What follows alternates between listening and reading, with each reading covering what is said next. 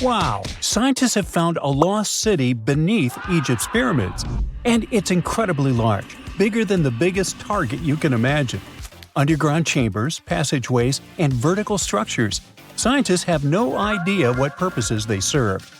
But let's start from the very beginning.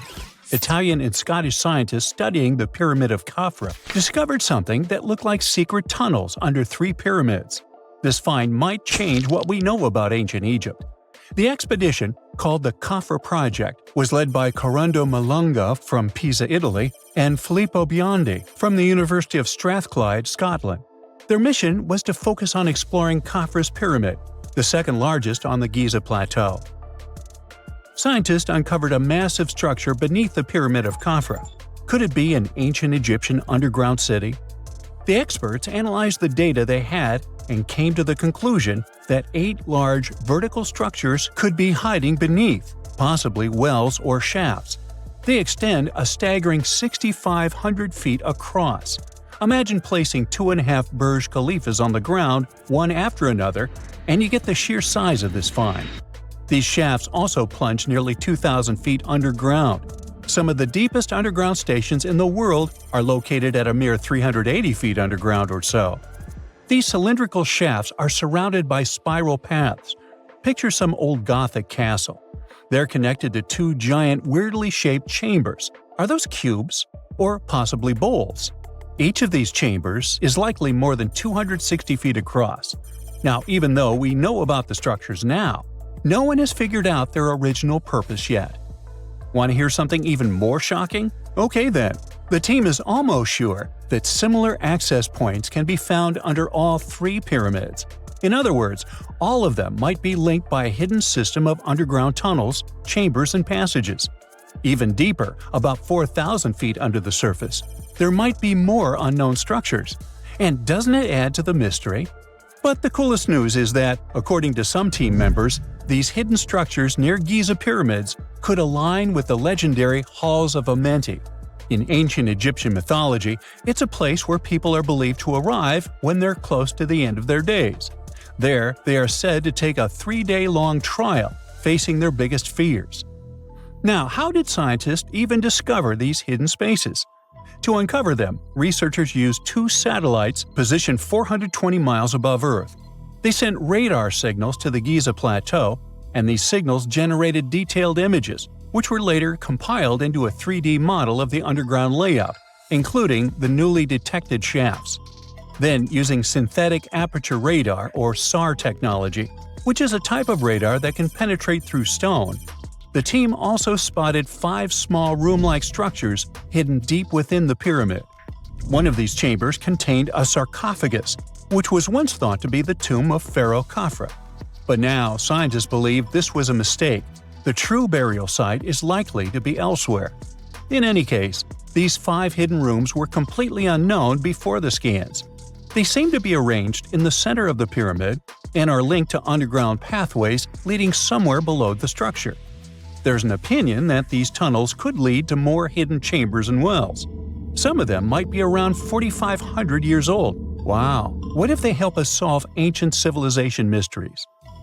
Preliminary data suggests that all this underground space can be much more than a few empty chambers. There might be many more hidden structures near the Giza pyramids. How come? Well, the thing is, the structure appears to include hollowed-out sections with spiral pathways leading even deeper underground. Refining the images hinting at this could reveal an extensive subterranean network. It might be a whole city hidden under the surface. Now, despite the excitement surrounding these findings, there are also a lot of people who don't believe in the existence of the underground city. They're skeptical about the archaeological discovery in Egypt due to the lack of peer-reviewed verification. That's why several archaeologists and radar experts have challenged the validity of the claims. They've explained that the technology used to make the discovery may not be advanced enough to produce such detailed underground imagery. According to them, the 5 smaller chambers found near the surface could be natural formations, since the area had had sacred significance long before the construction of the pyramids. Some experts have even dismissed the use of radar methods in this context altogether. They call these methods scientifically unproven and question their accuracy. The discovery has also reignited discussions about ancient Egyptian myths and the possibility of hidden texts lying somewhere beneath the Giza pyramids. The layout of the newly detected underground chambers shares similarities with mythological accounts of the Hall of Records, a rumored chamber that could preserve early Egyptian wisdom. If confirmed, these findings could significantly reshape the understanding of Egypt's sacred topography. Plus, this lost city beneath Egypt's pyramid could become physical evidence of previously unknown underground structures. That's why the Khafra project is super eager to begin excavating to confirm their findings. But getting approval from Egyptian authorities is a challenging process. The discoveries still need to undergo peer review before they are accepted by the academic community. By the way, this recent archaeological discovery in Egypt comes on the heels of another discovery involving a weird structure beneath the Royal Giza Cemetery, which researchers believe is unnatural in origin. Archaeologists used remote sensing techniques and uncovered a mysterious L-shaped structure underground in the Western Cemetery of Giza. This area is known to house burials of royal family members and high-ranking officials. Many of the tombs in the cemetery have above-ground mastabas, rectangular stone or mud brick structures with flat roofs. But there is an area in the center of the cemetery where there are no above-ground structures. To investigate this unexplored region, the team used electrical resistive tomography and ground-penetrating radar. ERT works by sending electrical currents into the ground and measuring the resistance to detect remains. As for GPR, it sends radar into the ground and maps the structures based on the radar's return. The team found an anomaly about 6.5 feet beneath the surface. It appeared to be an L-shaped structure measuring at least 33 feet in length. The readings suggested that the structure had been backfilled with sand after its construction. This made the team hypothesize that it could be a mix of sand and gravel, or possibly an air void. This anomaly was classified as a highly resistive structure, which meant it didn't occur naturally. Motoyuki Sato, the study's lead author and professor at Tohoku University in Japan, claims that the structure is not a natural formation due to its sharp shape. Another weird thing about ancient Egyptian pyramids is that historians have long believed that they were built primarily for royals and high-status individuals who had the wealth and power to create such massive structures. However, new research from the archaeological site of Thutmos in modern-day Sudan challenges this assumption. The thing is, Thutmos' pyramid may have served as burial sites for low-status workers as well as elites. The hard-working members of ancient communities may have found their last resting place in some of the most visible monuments, including the pyramids. Located along the Nile River in the ancient region of Nubia, Thutmos became part of Egypt after its conquest of the area around 1400 BCE. That's when Egypt established the site to strengthen its colonial control. Workers at Thutmos built pyramids, but those were much more modest than the famous pyramids of Giza. The research team reanalyzed 110 human skeletons from Thutmos, originally studied in 2012. In particular, they examined the entheses, the areas where tendons and ligaments attach to bones. Such an analysis can give us insights into the amount of physical labor a person performed. When someone does hard labor, their bones often develop distinct crests and ridges at these attachment points due to the stress on the tendons and ligaments. And while some skeletons showed little change in their entheses, suggesting they belonged to individuals from the upper classes, others showed more serious changes.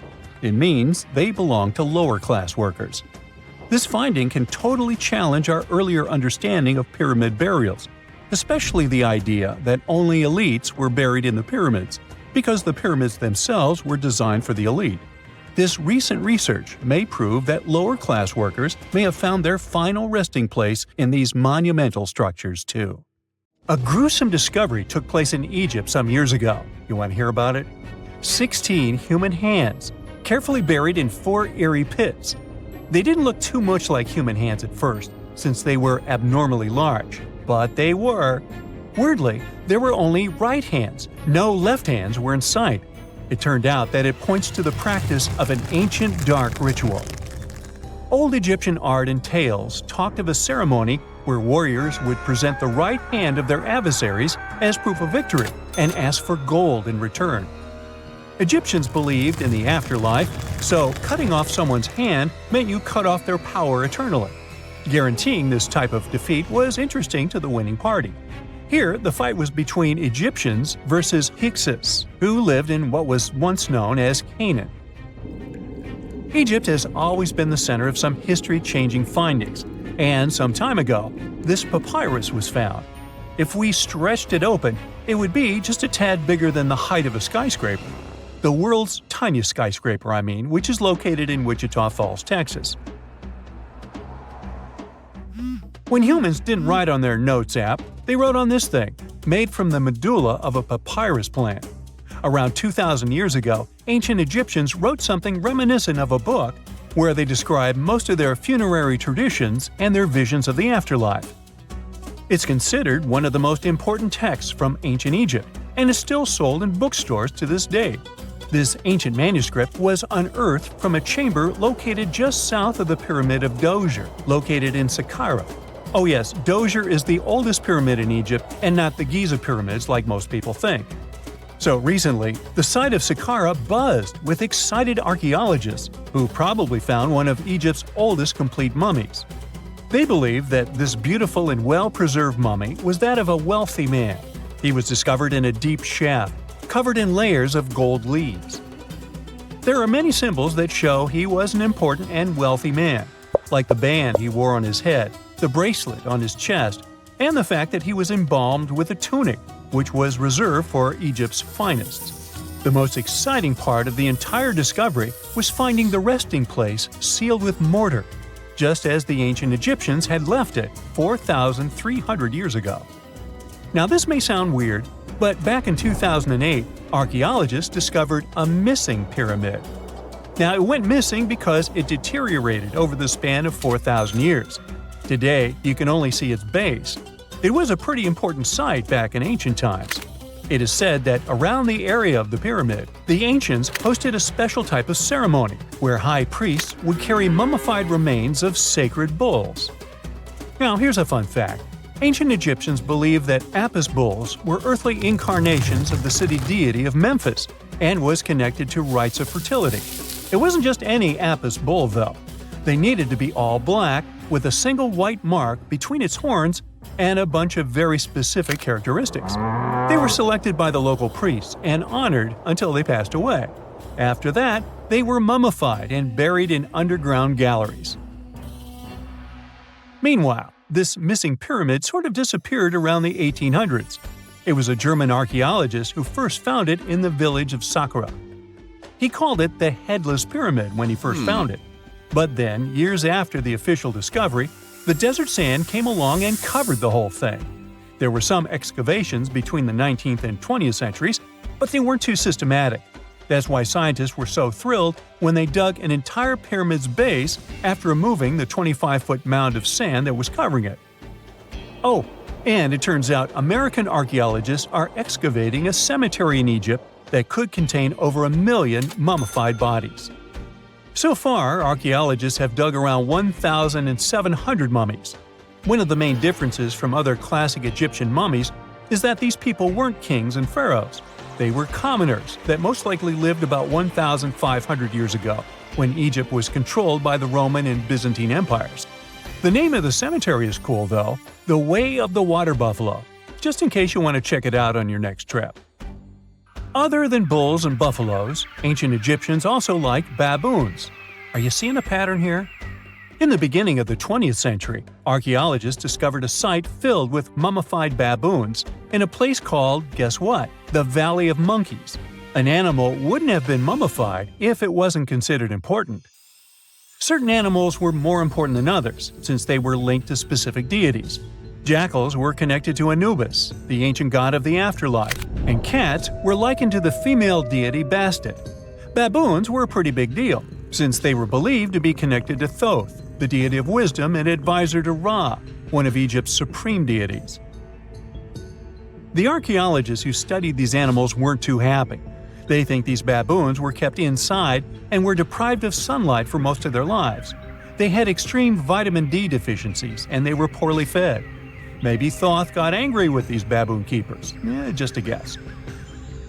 Since there's never a boring day for archaeologists in Egypt, they also found human mummies with golden tongues.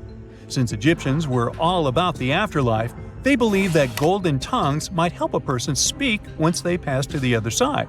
I mean, it's a long shot, but hey, why not?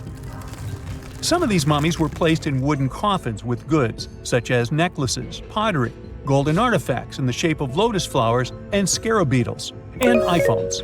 Just kidding. A new temple was also unearthed recently in Egypt. Scientists believe it was dedicated to honor Zeus Cassios. That deity would be a cross between Zeus, the almighty Greek deity of the sky, and Mount Cassios. While digging around the Sinai Peninsula in Egypt, archaeologists spotted 2 pink granite columns poking out of the ground, and bingo. They believe these columns represented the temple's front gate and collapsed during an earthquake many years ago.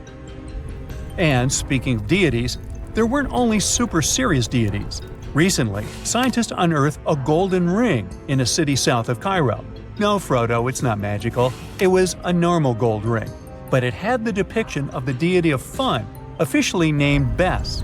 This deity is often described in sacred texts as a happy chubby dwarf. Today, many tattoos we get are sorta deprived of any sense and are made of aesthetic purposes only. In ancient Egypt, though, women would get tattoos as a token of protection for childbirth. That's what scientists think, at least. Around the Nile region, scientists found some mummies that had well-preserved tattoos, which is a rarity since the skin deteriorates so easily. 2 of these women tattooed their lower backs, and the drawings were simple. They were mostly pictures, including that same chubby dwarf we just talked about, Bes. He also had a side hustle as the protector of women during childbirth. Now, would you believe me if I told you ancient Egyptians invented robots? No? Well, that's because that's not entirely true. Sure, they were astronomers, mathematicians, and engineers, and somehow they also squeezed an eccentric invention into that package. An automated deity some scientists called Hathor. This wooden statue had been in the Metropolitan Museum of Art for years before someone noticed its secret. With the help of an X-ray machine, specialists discovered a mechanical operating system inside it. The pulley-like axis goes from the statue's shoulder to her left leg. When the system rotates, the statue raises and lowers her hand. Hey, pick me! Pick me! I got my hand up here. Miles and miles of yellow sand, treeless mountain ridges, and scorching hot sun over your head. And suddenly, something you'd never expect to come across in a barren desert. A small group of overexcited people. They're as happy as you would be if you'd won a lottery. They've just found an ancient tomb, once flooded with its walls in bad shape. But the stuff they discovered inside proves that this is the burial site of one of Egypt's most mysterious pharaohs. Historians have been hunting for his tomb for years, but no one expected it to hide ancient treasures. Fast forward. After careful examination of the site, Egyptian officials have announced the discovery of the tomb of King Thutmos II. It's the last missing tomb from Egypt's 18th dynasty. And this is also the first royal tomb found since King Tutankhamun's was discovered in 1922, in more than 100 years. A team of Egyptian and British archaeologists found the tomb in the Theban Mountains area, west of Luxor, near the famous Valley of the Kings.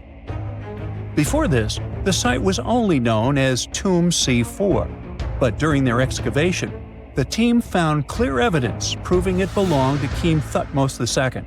Archaeologists actually found the entrance and main tunnel leading to the tomb in 2022. But at first, they thought it belonged to a queen because it was near the graves of Thutmos III's wives. It was also close to Queen Hatshepsut's tomb. Originally, it was prepared for her when she was just a royal wife. But everything changed when she became pharaoh. But we'll talk about this twist of fate a little later. But soon they realized that their discovery was much more significant.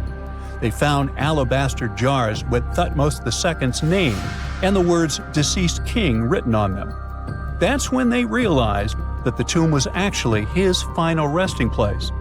Sadly, Thutmos II's tomb has seen better days. According to the head of Egypt's antiquity sector and the leader of the Egyptian excavation team, the tomb suffered major damage from ancient floods not long after the pharaoh's death. Water swept through the burial chamber, likely destroying or displacing many of the original artifacts. Much of what had been once inside the tomb was moved elsewhere in an attempt to salvage it. The researchers found out that the tomb had a basic design, with an entrance, a sloping main corridor, and a burial chamber. The corridor was coated in white plaster and rose about 4.5 feet above the floor of the burial chamber. A large staircase and a very large descending corridor of the tomb indicated its grandeur. It took the team a long time to navigate through, though, as the tomb was blocked by flood debris and collapsed ceilings. Only after crawling through a 32-foot passageway with a small 16-inch gap at the top, the worst nightmare for those of us with claustrophobia, were they able to reach the burial chamber. There, they were in for another surprise. They cleared the debris, expecting to find the crushed remains of a burial beneath. But the tomb turned out to be completely empty, and it was not due to robbery. It had been deliberately emptied. The researchers soon realized that the tomb had been flooded since it had been built underneath a waterfall. It happened just a few years after the king's burial, so the contents of the tomb were moved to another location. That's why there was a second corridor in the tomb. It was most likely made to help remove King Thutmos II's body from his flooded tomb. Despite the damage, the excavation team made some really exciting discoveries. They found traces of mortar decorated with blue inscriptions, yellow stars, and fragments from the Book of Amduat, one of the most significant funerary texts in ancient Egypt. The book was meant to guide the deceased through the underworld, ensuring a safe journey to the afterlife. Now, how about we sneak a peek at ancient Egypt's 18th dynasty? It was all about conquering lands, expanding the empire, and building jaw-dropping monuments. Some of the biggest names from that era, Thutmos I and Thutmos III, both legendary warrior kings who left their mark in history.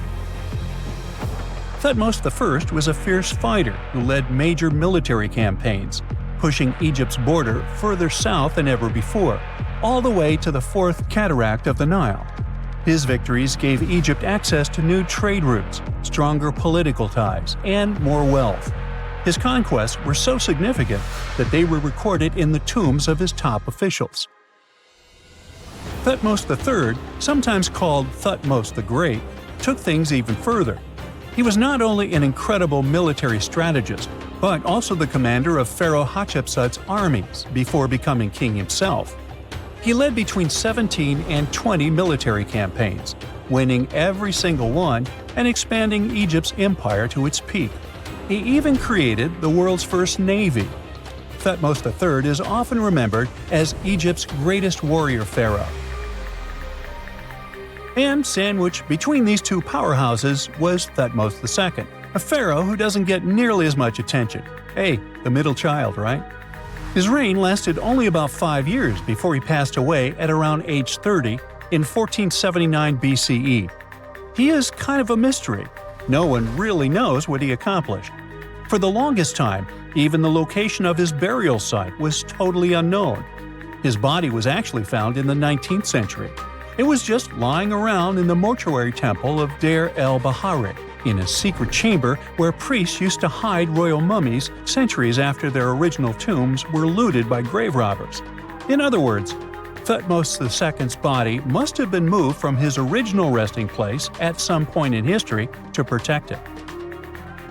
During his lifetime, Thutmos II made at least one major impact on Egyptian history. He married his half-sister, Hatshepsut. That might not sound like a big deal, but it helped her become Egypt's greatest female pharaoh after he passed. The catch? She kept her stepson, Thutmos III, off the throne for decades. When he finally took power, he erased her name from history out of spite. And still, Hatshepsut is one of Egypt's greatest pharaohs, no matter if you're talking about a man or a woman. She brought a lot of wealth and art to Egypt. She led a big trading trip to a place called Punt, where she brought back things like gold, ebony, and incense. She also made sure her name lasted by building amazing structures that we can still see today. At Karnak, she added huge obelisks. One of them is still standing tall. She also was the one to build the Temple of Dir al-Bahre with its countless columns. She was buried there. Interestingly, Hatshepsut was often shown in art as a man with muscles and a beard, like how pharaohs were usually depicted. But she made sure there was always something in the artwork that reminded people she was a woman, like calling herself Daughter of Re or His Majesty herself. When she passed away in 1458 BCE, Egypt wouldn't have a female ruler as powerful as her until Cleopatra, about 1400 years later. According to Egypt's Supreme Council of Antiquity's Secretary General, isn't that a mouthful? Hatshepsut's name actually appears in Thutmos II's tomb, meaning she might have even handled his burial. As for their final resting places, well, Hatshepsut was buried in the Valley of the Kings, and Thutmos II's mummy is now in the National Museum of Egyptian Civilization, alongside other ancient Egyptian rulers. It gives visitors a rare chance to see the remains of a nearly forgotten pharaoh. Now, experts consider the discovery of his tomb to be one of the most significant in recent years. The artifacts found there add important details to our understanding of the history of the region and Thutmos II's rule. And even though the tomb's design is fairly simple and follows the same architectural style preferred by later Egyptian rulers, its historical importance is undeniable. In any case, the mission isn't over yet. Archaeologists are now focusing on solving another mystery. Where did the rest of the tomb's contents end up? The team is determined to continue their search. Who knows what other secrets they will uncover that have remained hidden beneath the sands for thousands of years. When you hear the word mummy, you might get a chill down your spine. That's because most of us associate this word with those creepy characters we've seen in some scary movies. But in reality, mummies have helped us understand a lot about ancient civilizations, their rulers, and about how people used to deal with losing their loved ones. The people most famous worldwide for their mummies are the ancient Egyptians. They believed that some sort of existence after passing away was possible, if certain conditions were met.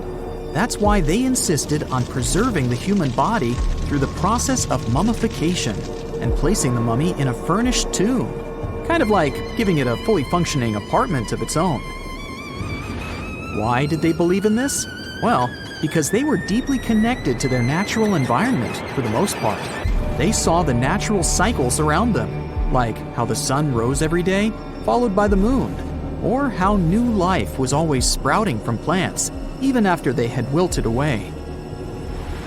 They also believed that the powerful spirit Osiris, who represented the cycle of passing away and resurrection, played a role in this process. To prepare for the afterlife, the ancient Egyptians followed certain rituals, like mummification, which involved using materials like honey, resins, and incense to preserve the body. There's no other mummy more popular than that of King Tut. He was a young pharaoh who ruled over 3,000 years ago in Egypt. The problem with discovering ancient royal tombs is that most of such burial sites were previously robbed. People knew ancient rulers had been left with many valuable belongings, so those locations became vulnerable to thieves. When King Tut's tomb was opened in 1922, people were excited because it had not been robbed, like many other previously discovered royal tombs. That's how well hidden it was. Inside, his mummy was encapsulated in a total of 3 coffins, including one made of gold. The objects found in his tomb showed us what ancient Egypt was like, and studying his mummy also helped us learn about the culture and practices popular at the time when he passed away. We also learned about his family by looking at his DNA. Scientists were able to discover that he had had a disease called malaria and a problem with his foot that might have made it hard for him to walk. Ramses II was another pharaoh in Egypt who ruled for 68 years, which was quite a lot back in the day. He was known for his expansion campaigns and building projects. Many objects from his time as a ruler still exist today, including a large statue of him. Ramses II was about 6 feet tall and lived to be about 90 years old. After looking at his mummy, scientists concluded that he may have had a medical condition that affected his spine. Now, remember those thieves I mentioned before? They are probably the reason why Ramses II ended up in a plain coffin in a secret collection of royal mummies at Deir al-Bahari, which was rediscovered in 1881. Thankfully, archaeologists were able to identify him because his journeys had been recorded on his wrappings. The process was really tedious too. In fact, in ancient Egypt, the mummification process could take a staggering 70 days to complete. A special person would say a very specific speech while delicately handling the body and drying it out using a type of salt called natron. They also used linen and resin to make the body look more lifelike and to wrap it in cloth. The tomb was equally as important for ancient Egyptians. The walls of King Tut's tomb, for example, were adorned with intricate artwork that depicted his journey to the afterlife, from his burial procession to his passage through the underworld. The ancient Egyptians believed that everyone made this journey after passing away, and they filled their tombs with items and paintings to help the person in their spiritual travels. Additionally, the walls of the tomb were decorated with spells from a special book, which contained a collection of poems that the Egyptians believed would help people reach the afterlife. And speaking of how important this journey was, people also placed food in these ancient tombs. In King Tut's tomb, archaeologists discovered 36 jars of vintage beverages and 8 baskets of fruit, which were believed to be left there to help him in his journey to the afterlife. The Egyptians believed that traveling to the afterlife took a really long time, so they left a lot of supplies, such as food and water, to sustain their loved ones. Pharaohs also generally had numerous luxurious garments and beautiful jewelry in their tombs to ensure that they would have a fashionable journey. These items included various types of linen clothing, such as tunics, scarves, gloves, and headdresses, as well as a lot of gold jewelry with precious stones, like bracelets, buckles, pendants, necklaces, rings, and even precious depictions of insects for protection. Some were also deposited with fans made from ivory and ostrich feathers to keep them cool in the afterlife. Some ancient rulers were even placed in their forever apartments along with boats. For example, Pharaoh Khufu built the Great Pyramid at Giza as his tomb, and a large ship was found inside. King Tut, however, was buried with multiple boat paddles, but no actual boat.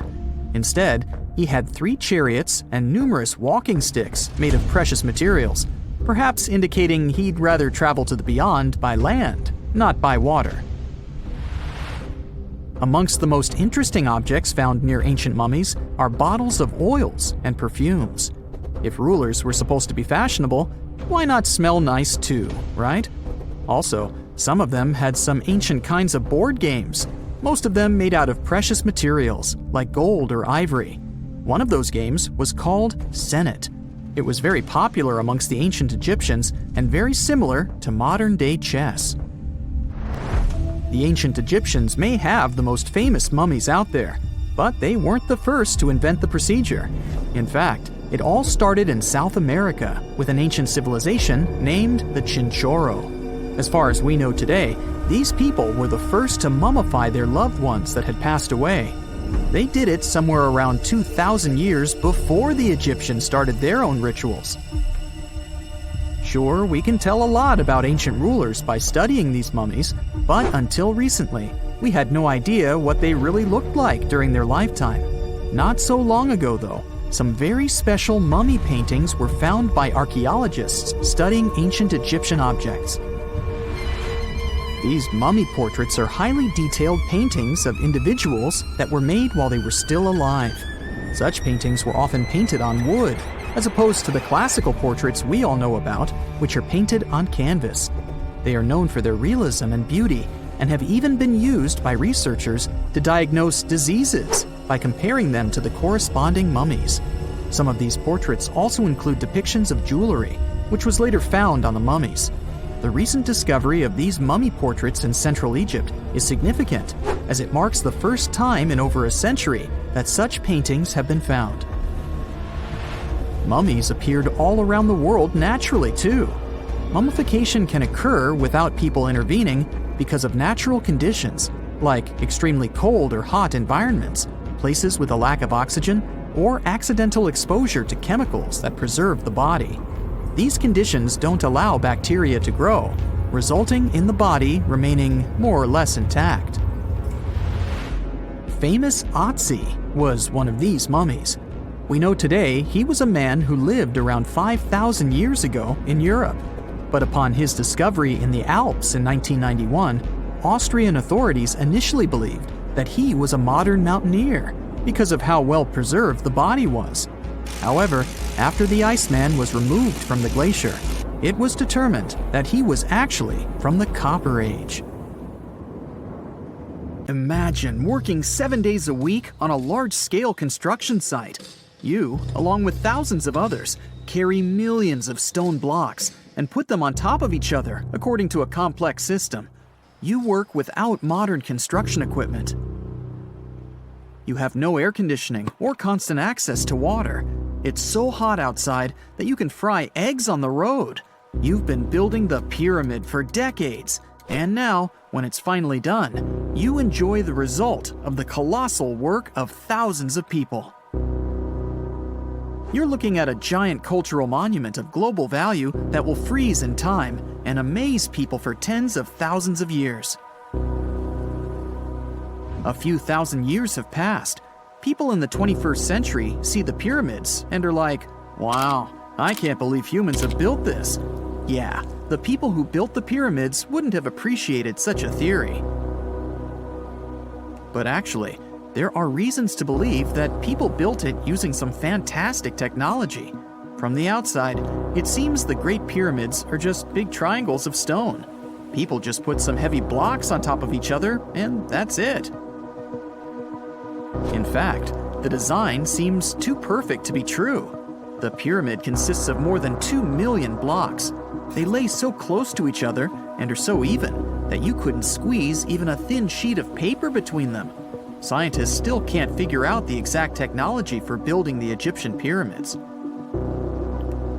One of the biggest and most famous is the Great Pyramid of Giza. This huge construction, well known all over the world, has one big secret. There should be a capstone on top of the pyramid. It's a triangular-shaped stone block, a small pyramid on top of a huge one. It's also called a pyramidion. The builders of ancient Egypt made it out of granite and limestone and covered it with gold. No records or old drawings prove that there was a pyramidion at the top of the Great Pyramid of Giza. But there's another ancient Egyptian structure with such a triangle, the Red Pyramid. It was built before the Great One, and its capstone has survived to this day. Archaeologists have found and reconstructed it. But where could the capstone of the Great Pyramid be? It's a mystery that still has no answer. Some are sure that some thieves have stolen it from the top. Maybe they just climbed up and pushed the pyramidion down. It makes perfect sense. The capstone was probably the most valuable element of the pyramid. Many scientists and archaeologists still don't know its exact purpose. Some believe that this peak covered with gold glorified the pharaohs. The capstone reflected moonlight at night and illuminated the entire space around it. During the day, the capstone reflected sunlight with its shiny surface. You could have noticed it from afar. The top of the pyramid was a kind of guiding star for lost travelers. All other stone blocks of the pyramid consist of limestone. People polish them to make them look shiny. In the past, they were even glowing and reflected light. You could see glowing pyramids from space, although they looked like tiny lights. Over thousands of years, winds, sandstorms, and rains have changed the pyramid's appearance. If people had taken care of them all this time, they would have looked like something out of science fiction movies, or the pyramids from Las Vegas. but unfortunately, we will never see their original appearance. Some archaeologists and scientists believe that the capstone could absorb the sun's energy and distribute it evenly throughout the pyramid. No one knows precisely why the Egyptians needed this technology. There's a theory the pyramids are ancient energy systems. The pharaohs applied this energy to use some unique technologies that were more advanced than all the achievements of the 21st century. And the triangular shape of the pyramids was ideal for boosting this electromagnetic energy. In theory, solar radiation, or electromagnetic forces, accumulated at the top of the pyramid, filled the inner rooms, and then went down the walls to the base. Any surface distortion could prevent the flow from spreading, so they had to create a perfectly smooth surface. That's why they installed the blocks so that nobody could squeeze a needle or razor blade between them. Many people believe in this theory because they built the pyramids from limestone. This material can hold energy inside itself. In the inner part, they created granite deposits to cause air ionization, that is, to create an electric charge. They also dug channels under the pyramid for water to transmit electricity. And at the top, they put a gold capstone, the best conductor of electricity. So, this is how you get a great power generator.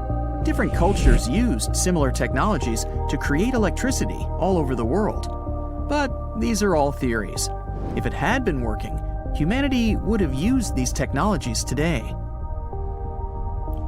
There are mentions of the metal industry, chemistry, engineering, physics, mathematics, and astronomy in some ancient records. Most scientists don't believe in all these things.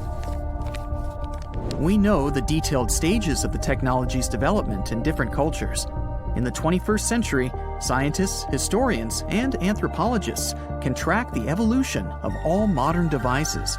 If people had created some technological inventions in ancient times, the history of the world would have looked different. Perhaps all the achievements of antiquity could have been wiped off the face of the earth by global cataclysms, and it can happen to us.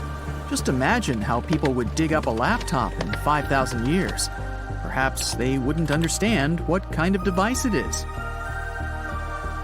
Another Egyptian wonder surrounded by mystery is the statue of the Sphinx. The Egyptians carved it out of a single massive piece of limestone about 4.5 thousand years ago. But scientists still don't know the exact date of its construction or who built it. People painted the Sphinx in different colors, so it looked much brighter and more vivid in the distant past.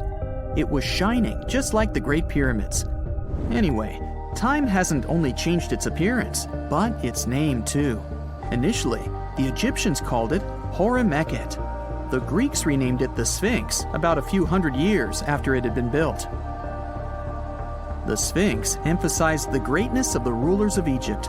It also performed a symbolic function of a watchdog guarding the tomb of the pharaoh and the paths leading to it. This version sounds realistic, since archaeologists have discovered many secret entrances at the foot of the Sphinx. Perhaps these rooms and intricate tunnels lead to underground halls with treasures. And treasures don't always mean gold and jewelry. According to legends and theories, the Sphinx guards the Hall of Records, the storage of all humankind's knowledge. The information about the ancient mythical state of Atlantis could be there. You can find many detailed maps of the internal dungeons of the Sphinx on the internet. They show structures 12 stories deep under the statue. It looks like a small city filled with gold, scrolls of knowledge, and various ancient artifacts. But don't believe all these maps. These are just theories. Several thousand years have passed, but people have very little information about it. Archaeologists know that there are still many strange and exciting things about the Sphinx that are still undiscovered.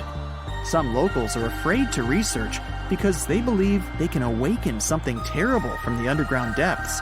Therefore, it's mostly scientists from other countries who conduct the excavations. In 1998, scientists discovered strange tunnels leading to empty rooms under the Sphinx. They realized that some people tried to get there through tunnels in the past. And maybe those people took all the treasures that were there. One of the legends says that some powerful artifact lays beneath the Sphinx. Its technology can change the whole world, but the locals are hiding it because it can damage the planet. Some believe that you can find evidence of unknown technologies painted on the granite walls in the pharaoh's tombs. But most likely, these paintings and signs tell us the myths and legends of ancient Egypt. But what if Egyptian symbols and drawings are detailed instructions for using ancient technologies? What if the locals that lived at that time thought, people in the future won't be able to get energy themselves. Let's leave some detailed instructions for them. Anyway, there are many riddles and theories. In reality, the search for answers is a dangerous undertaking, since it's not easy to get into the underground halls. Excavations can ruin the structure of the entire Sphinx. Any person inside the tunnels may get lost and never be able to find their way back. Besides, it costs a lot of money. Now, what would be awesome is if people could invent some device that could scan underground areas and show their detailed models.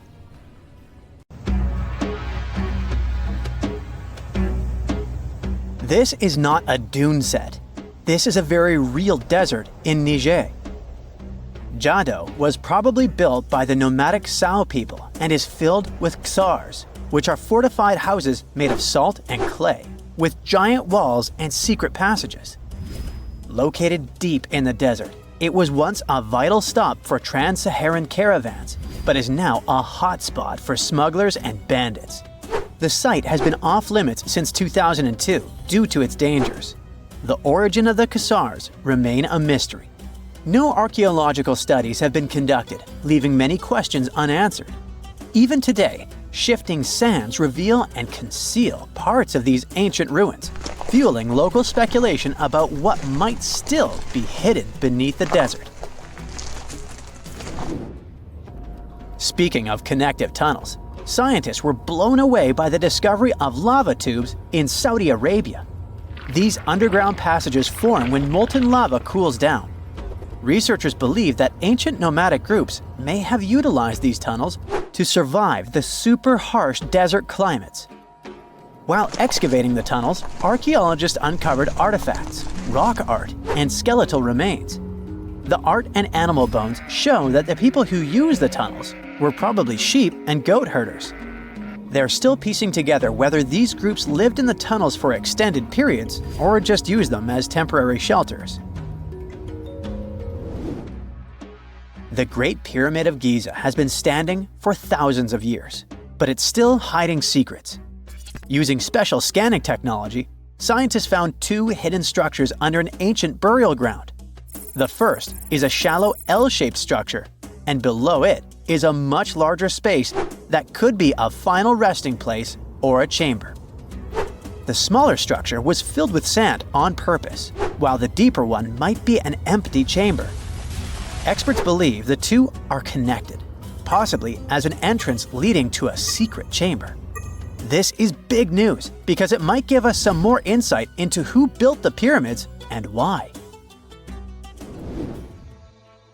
The world is full of ancient writing, but some messages refuse to give up their secrets, like the mystery of the Bashplemi tablet. This unusual stone, pulled from a lake in Georgia, is covered in symbols no one can read. Even with modern technology, experts are completely stumped. The tablet is about the size of a book, with 60 symbols carefully carved into its surface, but 39 of them don't match any known language. Some resemble scripts from ancient civilizations in the Middle East, India, and Egypt, but none are an exact match. To make things even trickier, part of the tablet is broken off, meaning a piece of the puzzle is missing forever. To rule out a hoax, scientists studied the tablet closely. They confirmed it's made of vesicular basalt, an extremely tough local rock. Whoever carved these symbols must have been really skilled. Based on similar archaeological finds, experts believe the tablet could date back thousands of years, possibly to the late Bronze or early Iron Age. Some symbols repeat, which could mean they're numbers. Maybe it's an inventory list, a record of battles, or even an offering to the deities. Until someone cracks the code, the Bashplemi tablet remains an unsolved mystery from the depths of history. Experts are still stumped with what this Minoan disc might mean. The Phaistos disc is one of the most mysterious finds from the Minoan civilization.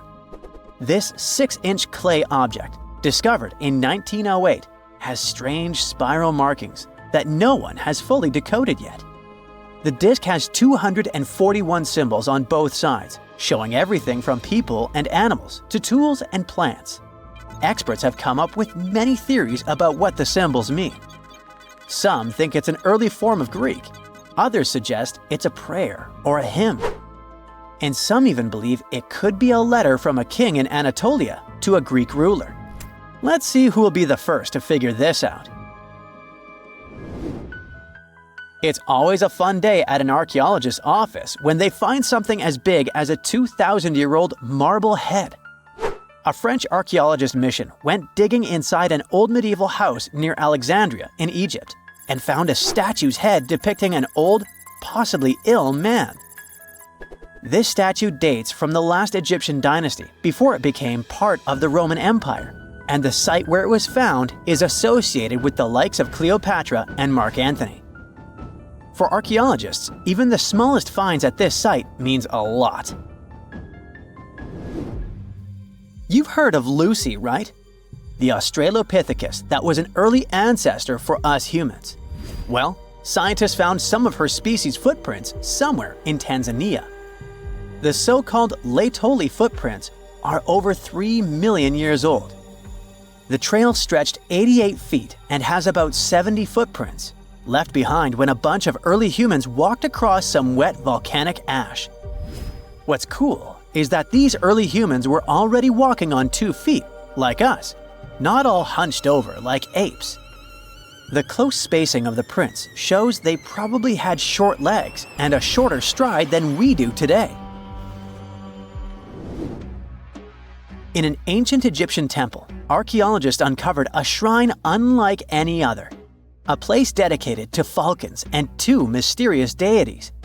One deity had a falcon's head, while the other wore a crown with a sun disk and cow horns.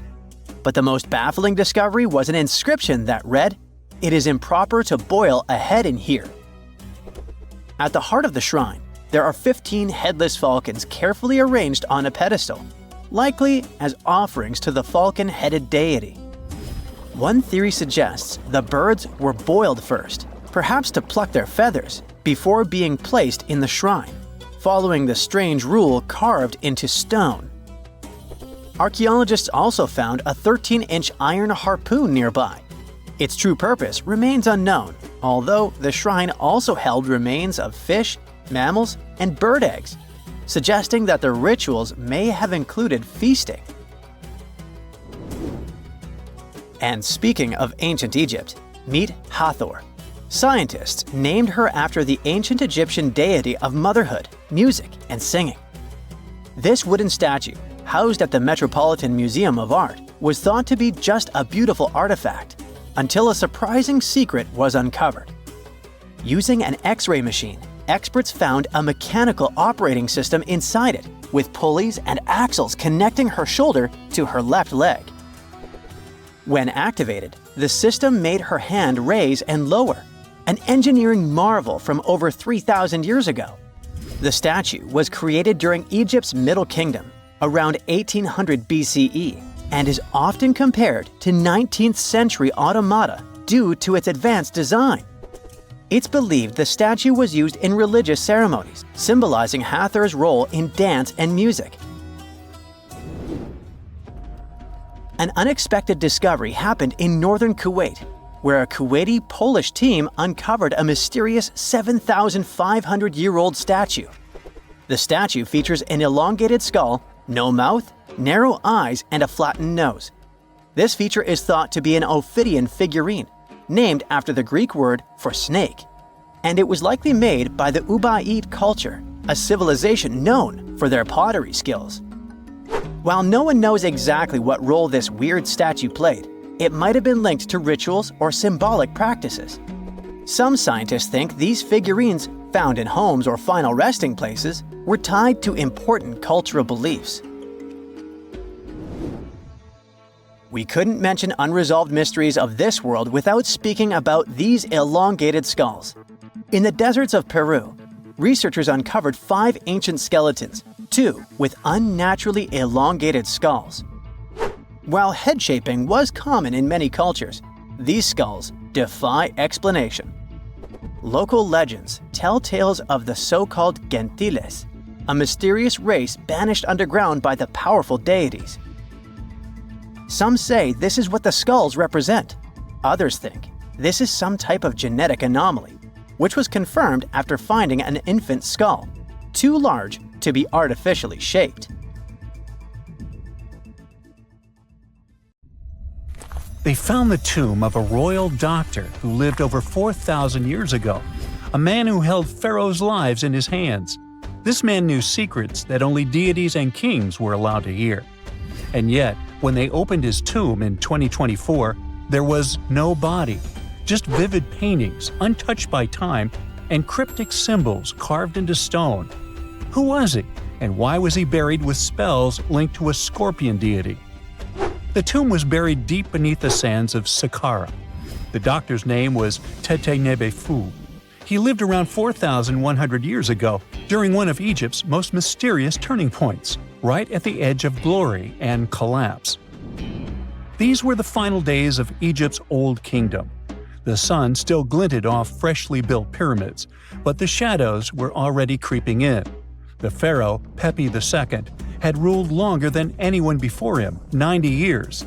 But by the end of his reign, the country was cracking. The power was slipping, the regional leaders were rising, and the Nile floods grew unpredictable. In this shaky period, the mysterious doctor thrived. His tomb was discovered by a Swiss-French archaeological team in the shadows of old pyramids. The weirdest part was that when they uncovered his burial chamber, they found no body, no golden treasures either. Unfortunately, the tomb had been robbed long ago. But what remained was something even more fascinating: the words and images left on the walls. The paintings are still vibrant, bright colors that somehow survived all those years underground. The walls show jars, containers, strange abstract patterns, and geometric shapes. And then there are hieroglyphs, lines and lines of sacred script carved with precision, like someone had poured their soul into every curve. These inscriptions revealed who Thutmose II truly was. Turns out, he wasn't just any doctor. He was the conjurer of Serket. Now, Serket was the female deity of scorpions, sacred and terrifying. Egyptians believed she could stop venom, heal bites, and protect the living from toxic elements. The title, Conjurer of Serket, meant Thutmose II was a specialist in treating dangerous stings and bites. And if he got an entire tomb for himself, he may have been Egypt's top expert in those things, a man who healed with both medicine and magic. But that wasn't all. He also held the title Director of Medicinal Plants, a title seen only once before in all of ancient Egypt. That means he knew the healing power of herbs, roots, and oils like no one else. Now, you might wonder, what plants in a huge land of sand? But in reality, ancient Egyptians used herbal medicine that would hold up in some labs today. They created pills, ointments, and inhalers. Most often they chose some active ingredient, a flavor to make it easier to take, and something to deliver it into the body. Sound familiar? And yeah, they didn't have many traditional plants, so some of these ingredients were bizarre by our standards, like using crocodile dung and acacia mixed with honey. They even had formulas for anti-wrinkle creams. And apparently, our mysterious healer was also chief dentist. This title is almost never seen in ancient records. Evidence of Egyptian dentists is incredibly rare. Turns out, our ancient genius didn't just fight stings and study plants. He was also trusted with teeth and jaws, which were actually a huge problem in ancient Egypt. These people may have built wonders, but their teeth paid the price. Ancient Egyptians constantly caught grains of sand in their mouths. They often ate grit-filled bread and raw vegetables, which wore down enamel and caused a horrible condition called attrition. This led to tons of problems, including tooth loss. They had to improvise back in the day. For example, crafting the world's oldest known toothpaste from crushed rock, mint, and pepper, which ironically only made things worse for the gums. Or a toothpaste from things like eggshells, pumice, and natron, a salty mineral used for cleaning. They were also inventing mouthwashes from celery, bran, and herbs to ease the problem. Some mummies were even found with crude metal braces and gold wires attaching missing teeth. Though we're not sure if these were for the living, or was it just a nice little addition added as an afterlife gift. So, Teti-Nebi-Fu specialized in all these fields. 3 rare titles for one man. Now, back in the day, he must have been admired as incredibly knowledgeable. In a world without modern science, he would have been like a sorcerer who knows how some leaf or bark could save a life. That's why archaeologists believe Teti-Nebi-Fu wasn't just any doctor. He was, most likely, the royal physician, the one who treated the pharaoh himself. We don't know for sure which king he served. Maybe it was Pepi II, and who knows, maybe that's why the guy lived so long. But if that was the case, Teti-Nebi-Fu may have lived through the final moments of the Old Kingdom, watching the Golden Age crumble from inside the palace walls. And then he was buried, the body was looted, or perhaps just lost to time. But the team says they're still studying the tomb, still uncovering the traces of this incredible man. Overall, ancient Egyptians were practicing medicine on a crazy advanced level. Some practices feel familiar even today. They had hospitals, specialists, surgeries, and many more things, even medical schools. Both men and women were allowed to be doctors. They healed with various methods and practiced surgery with actual tools, scalpels, forceps, even sutures. Some doctors treated only the eyes, others the teeth, the stomach, or even what they called the hidden diseases. They knew how to clean and dress wounds, could set broken bones using splints made of wood or reeds wrapped in linen, and even prevented infections. There were even proctologists. They also built the first prosthetics, like a wooden toe with leather straps that help people walk normally again. The oldest known prosthetic is 3,000 years old. Now, the most shocking part is how they actually even tried to remove tumors. A recent study looked at a 4,000 years old skull. It belonged to a man in his 30s. There were signs of past tumors, and around 3 of them, there were marks, surgical cuts made with a metal tool. That suggests someone attempted to remove or study them, maybe treatment, maybe an autopsy. There was another skull of a woman over 50 years old.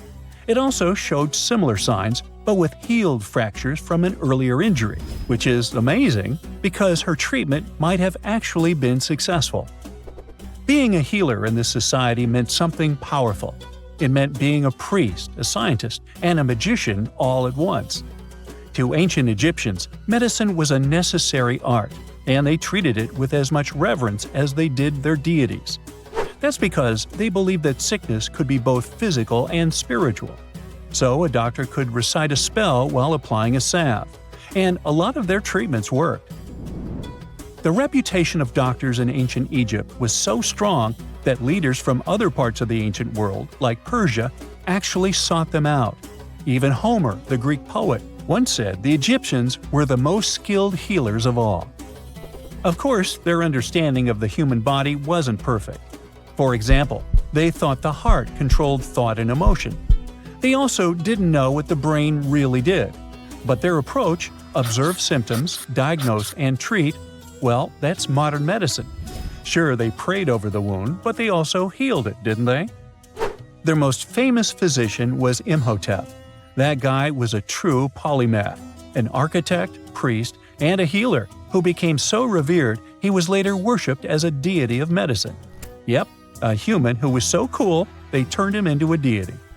He lived 2,000 years before Hippocrates, the so-called father of medicine. And yet, some people joke we should drop the Hippocratic Oath altogether and swear an Imhotepic oath instead. These people weren't just laying the foundations of pyramids, they were laying the foundations of healthcare.